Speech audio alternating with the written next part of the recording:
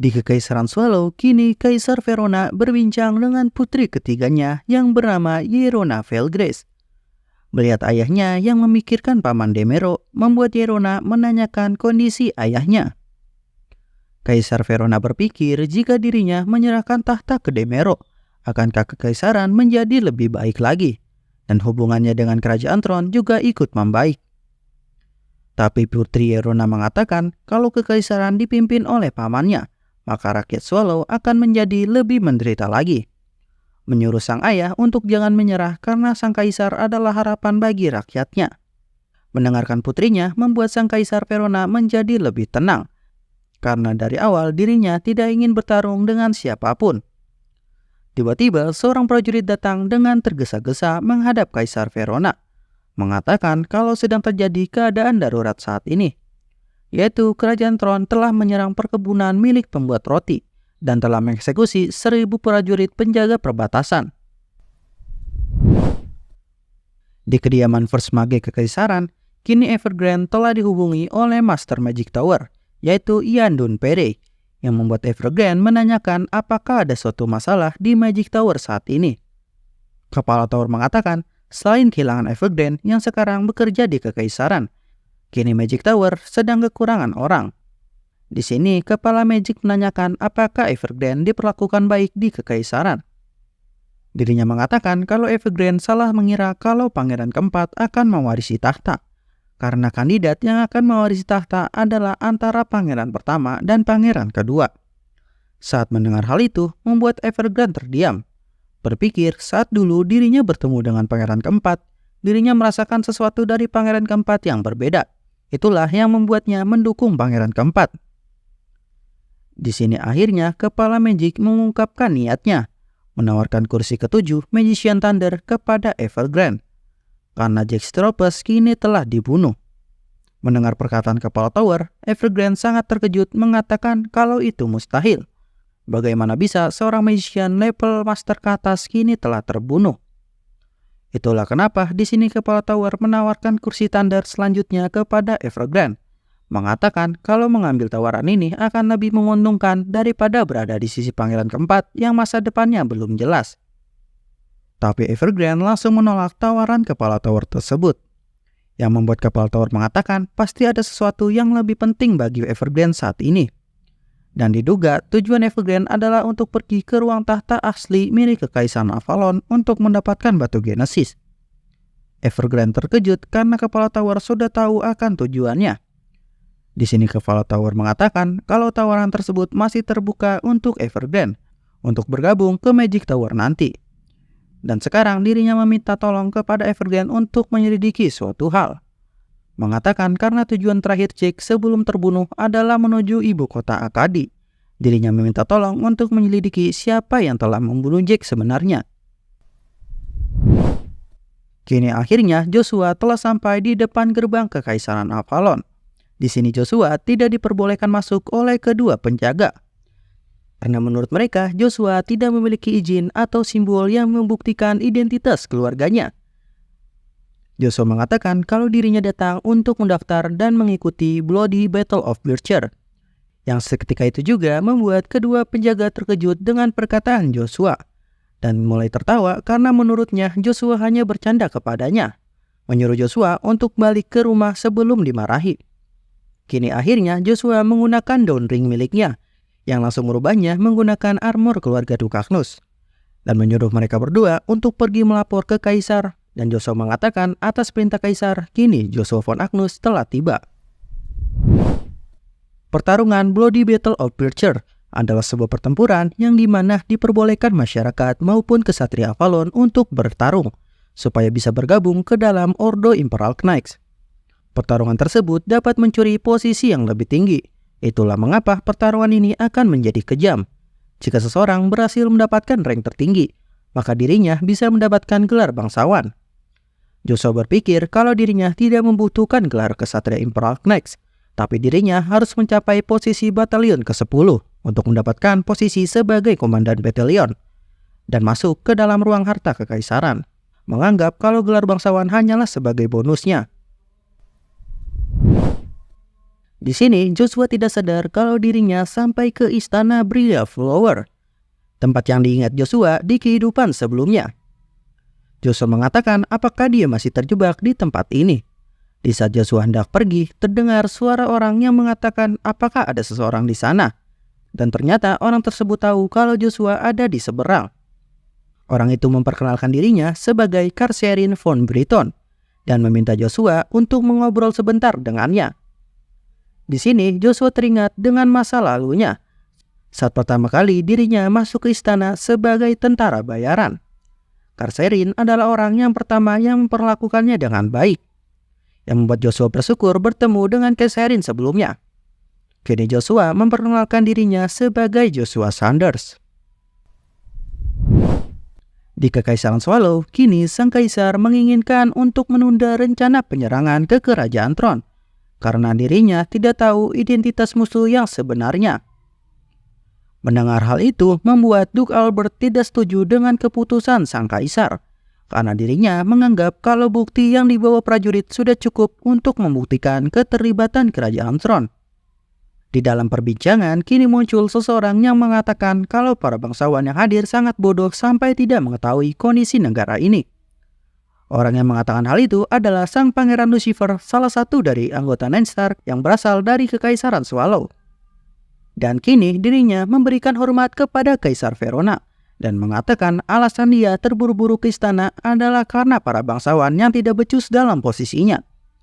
Menanyakan kepada Duke Albert dalam kondisi seperti ini, siapa yang lebih diuntungkan? Albert menjawab kalau kerajaan Tronlah yang diuntungkan.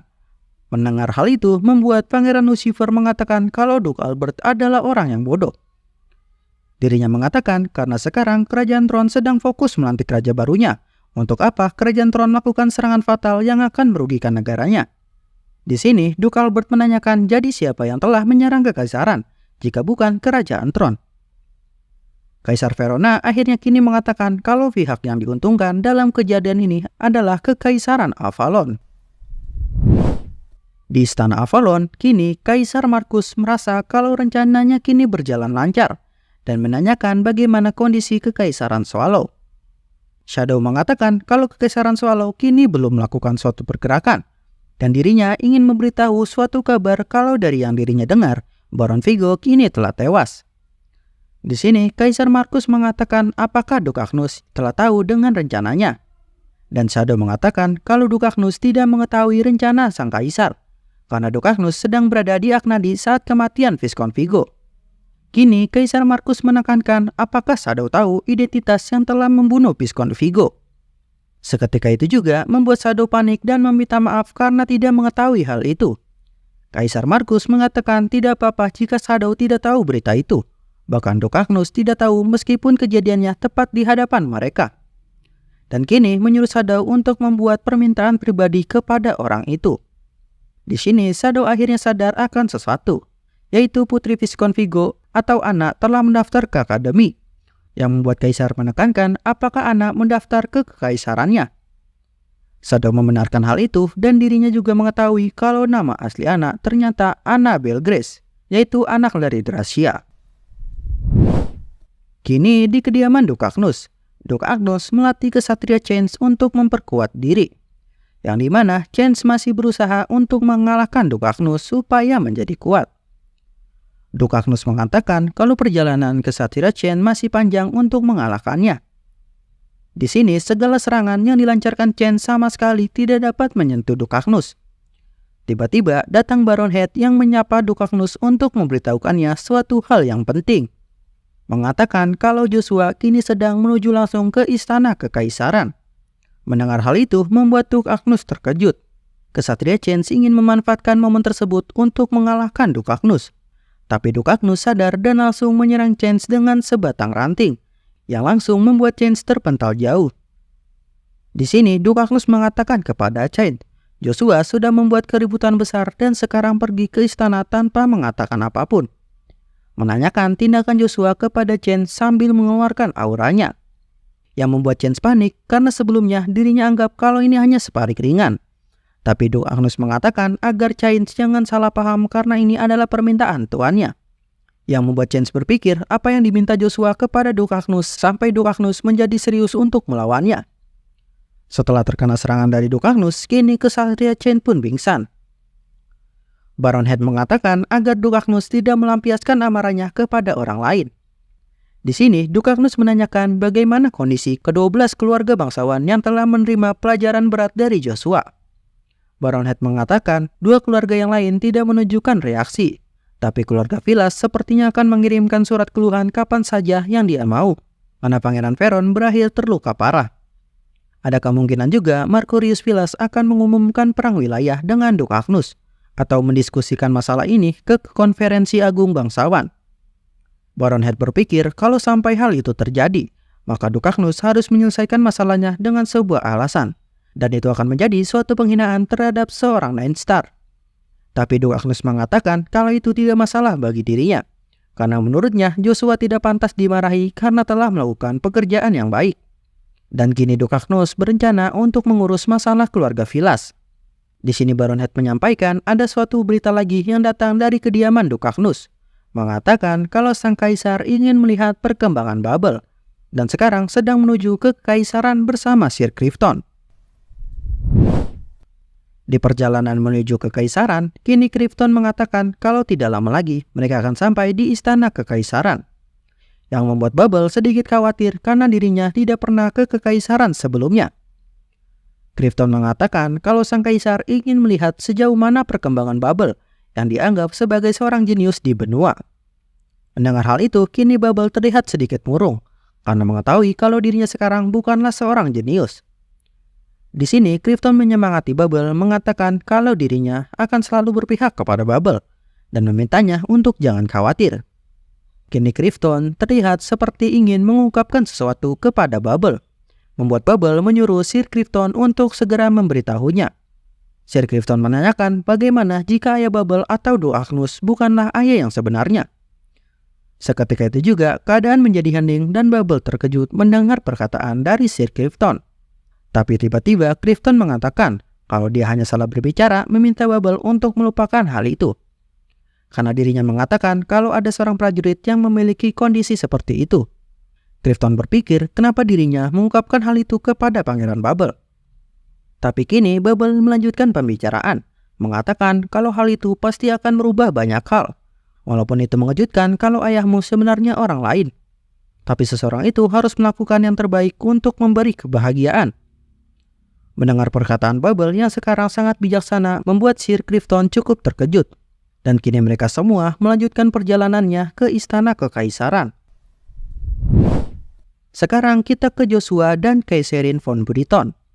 Joshua mengatakan apa Kaiserin bingung karena dirinya tidak memiliki nama tengah di namanya, dan hanya Joshua Sanders.